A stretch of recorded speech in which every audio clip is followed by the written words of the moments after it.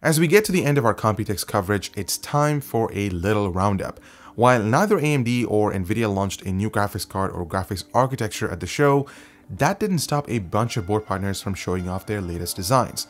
Since it is the newest GPU on the market, many of those focused on the GTX 1080 Ti with what they consider second generation products that fill in some niches within their lineups. The end result is some very unique looking designs with some pretty interesting features, but before we get into those, a quick message from our sponsor. This year's Computex coverage is brought to you by Phanteks, Cooler Master, and MSI.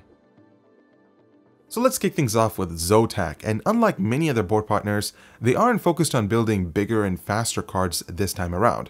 For the ultra high end of the market, they have the AMP Extreme Editions, but rather this time things at the booth were going small, and I mean really small.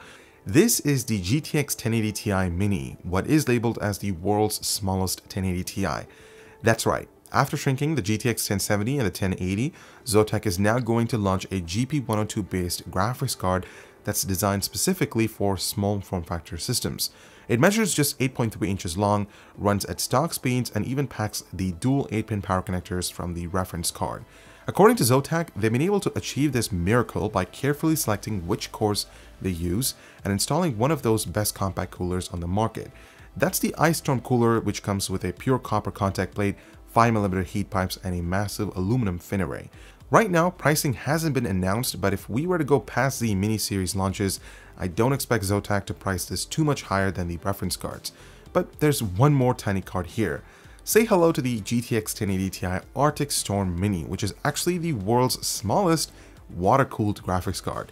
It also happens to be one of the lightest weight GPUs with a pre-installed block too. Basically, what Zotac did here is take the Mini that I talked about just a few seconds ago and attach a slim full coverage water block to it. Unfortunately, they weren't able to provide pricing for this one either, but doesn't it look great? Moving on to MSI, and we go from mini-me graphics cards to supersized ones that are overclocked to the limit. This is the Lightning Z, and if our history with previous Lightning cards is any indication, this will be among the fastest GTX 1080 Ti cards on the market. It comes with 3 modes where the boost clock is 1582 MHz in silent mode, which is also Nvidia's stock clock, and 1695 MHz in gaming mode. But if you want to throw a caution into the wind, there's also Lightning mode, which goes even further with a 1721 MHz boost clock. I'm actually quite sure that the final clock speeds when the Lightning Z is running in your system may be even higher. Even the memory speeds get on action with a slight bump to 11,112 MHz. Those frequencies are made possible due to a massive triple slot cooler that features 3 of MSI's custom Torx fans and a massive fin array below the shroud. Feeding this monster isn't the usual dual 8-pin either, because this card goes into the crazy territory by needing 3 8-pin inputs to function. That may be overkill in the extreme, but when talking about Lightning, why not? This edition of the Lightning Z won't come cheap either, but MSI wasn't quite ready to discuss pricing. Just expect it to be well above the GTX 1080 Ti's $650 price tag.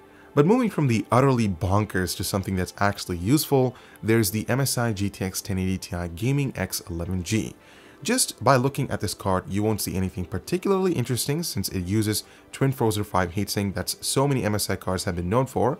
However, in this situation, it has been massively expanded, so it takes up 3 slots. That's a bit of a disappointment since the last generation of this heatsink was pretty compact and it only ended up using 2 slots. Being a Gaming X version, expect higher clock speeds and the ability to overclock within Nvidia's prescribed limits. The interesting part about the Gaming X11G is on the rear I/O panel. There's actually a USB-C port here, but don't go far to assume that you'll be able to plug in an external drive or anything other than a monitor to do it. Basically, what MSI is doing here is provide native compatibility with future monitors that utilize USB-C's DisplayPort alternative mode to run a video signal through a universal USB-C cable. Let's count this as a novel addition to a GTX 1080 Ti card, but right now its uses are a bit limited. But from the pretty normal, we had to go find some more wild things, and that's when we stumbled upon colorful. Are you tired of the usual RGB lighting on a graphics card and want something different, visible through a case window? Well then, this GTX 1080 Ti Vulkan X OC has you covered since it has a full LCD embedded into the fan shroud that displays information like GPU usage, clock speeds, and temperatures. It looks absolutely spectacular, and it also happens to be one of the fastest GTX 1080 Ti's on the planet with a boost clock of 1733 MHz. Hopefully we'll be able to get one of these in our hands very quickly. And what roundup of the greatest GPUs wouldn't be complete without EVGA? Well, they certainly brought their A game to the table because this is the GTX 1080 Ti Kingpin Edition. According to EVGA, this is designed to be the best GTX 1080 Ti in the world for overclocking, and it is actually guaranteed to hit a consistent core clock speed of at least 20-25 MHz. It comes with an updated version of the ICX cooler, which is now made of 100% copper fins, and the end result is pretty striking to the eyes, and it only takes up 2 slots. EVGA knows that excess power input connectors are simply marketing BS, and they've decided to show their middle fingers to cards like the Lightning Z by including a pair of 8-pin inputs. Honestly guys, the wattage provided by 2 8-pin connectors along with the PCIe slot is more than enough for any GTX 1080 Ti, including this one with its guaranteed overclocking headroom. The Kingpin has also been designed with cable management and control in mind. Both 8-pin connectors run from the card's back, and next to them is an input for EVGA's handy EVBot controller. There's also 9 thermal sensors and completely asynchronous fan control through the Precision X OC software. The 1080 Ti Kingpin will be the fastest graphics card on the planet when it's overclocked, but what happens if you're looking for something a bit more compact?